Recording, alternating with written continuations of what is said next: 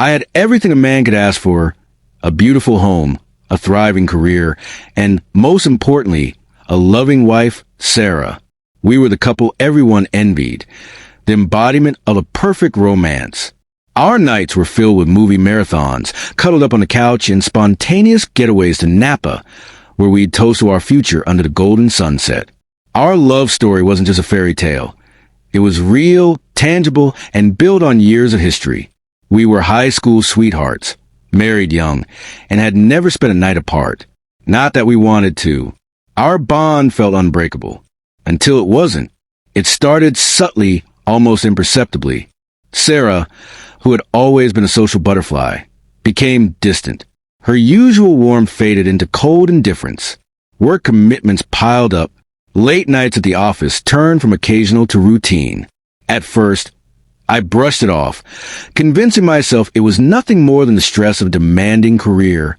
Love, after all, requires trust, and I had never doubted Sarah before.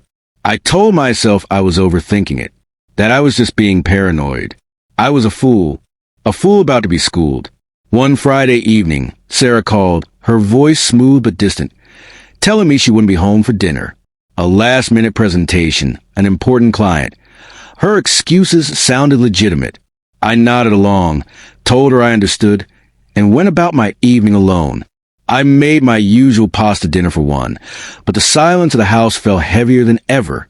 Something about this night unsettled me in a way I couldn't quite explain. Then I saw it, her laptop, left carelessly on the kitchen counter. A message flashed across the screen, a name I didn't recognize. Mark. My stomach twisted into knots. This wasn't like Sarah. She was meticulous, private. A part of me hesitated, but curiosity, the dangerous, insatiable beast, gnawed at me. My hands trembled as I clicked. What I found shattered me. The messages were explicit, leaving no room for misinterpretation. Graphic details, intimate confessions. This wasn't some meaningless flirtation. It was real, it was raw, and it was recent. My blood ran cold, my body numb. Nausea surged through me like a violent wave. The words on the screen blurred, but their meaning was painfully clear. Then I saw it. A hotel. A date. Last night. I stumbled back, gripping the counter for support. My perfect life was crumbling around me. In a daze, I made my way to our bedroom, my heart pounding so hard it drowned out all rational thought. Maybe there was still some explanation, some sliver of doubt I could cling to. Desperate for anything to prove this wasn't real, I opened her drawer, the one where she kept her special things. A tube of lipstick, a shade I had never seen before. It was still warm. That was a final blow. Sarah, the woman I had loved unconditionally, the woman I had trusted with every part of me, had spent the night in another man's arms. The betrayal wasn't just emotional. It was physical, tangible, undeniable. A knife through the heart, twisted for good measure. I collapsed onto the bed, staring at the ceiling as the full weight of her deception crushed me. Sleep was impossible. I replayed every memory, every laugh, every whispered, "I love you." They were all tainted now, poisoned by the truth. The love I once felt curdled into something dark and unrecognizable. Anger, rage, revenge. The following days were torture. Sarah, completely oblivious to my discovery, continued her performance. She smiled. She kissed me. She called me honey. Every affectionate gesture felt like a fresh slap to the face. I wanted to confront her, to scream at her, to demand answers. But I didn't. I had a plan. I wouldn't be the heartbroken fool. I wouldn't let her walk away unscathed while I drowned in misery. No, this would be precise. Calculated. Devastating. I contacted a lawyer. Quietly initiated divorce proceedings. Transferred half our savings into a separate account. I gathered every piece of evidence, meticulously documenting her betrayal. Then I took it a step further. I went to the hotel myself. I spoke to the front desk, confirmed the details. Every piece of the puzzle clicked into place. I would not be the victim. I would take back my life, my dignity, my peace of mind. And I would make sure Sarah paid for what she did. I called Operation Open Book. It was time for the world to see Sarah for who she truly was.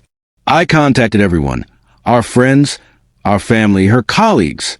I built a website, a digital confession of her infidelity, screenshots of her messages, photos of the lipstick, even the hotel receipt. Everything neatly categorized, undeniable. The day of her big work gala arrived. She was being honored, celebrated as a rising star in her field. She stood on stage, radiant with pride, basking in the admiration of the crowd. And then I sent the email.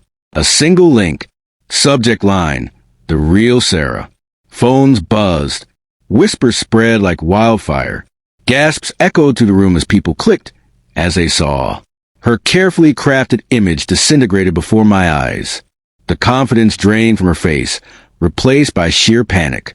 She stammered, trying to regain control, but it was too late. The evidence spoke for itself. The fallout was swift. Her career obliterated. Her reputation destroyed. Friends turned their backs. Colleagues averted their eyes. She had spent years constructing a flawless public persona, and now all that remained was a shattered illusion. She had branded herself with a scarlet letter of her own making. Some might say my revenge was cruel, excessive, even. I disagree. She made her choices. She betrayed me without hesitation, without remorse. She deserved to face the consequences. Did I take pleasure in her downfall? No. Did I feel satisfaction in exposing her? Absolutely. The pain of her betrayal will always linger, a scar on my soul that time will never fully erase. But I am moving on, rebuilding my life, one painful brick at a time. I am no longer the naive fool blinded by love. I am stronger, wiser, and eternally vigilant. Forgiveness may be divine, but some wounds cut too deep to heal. I have found my peace, not in forgiveness, but in justice.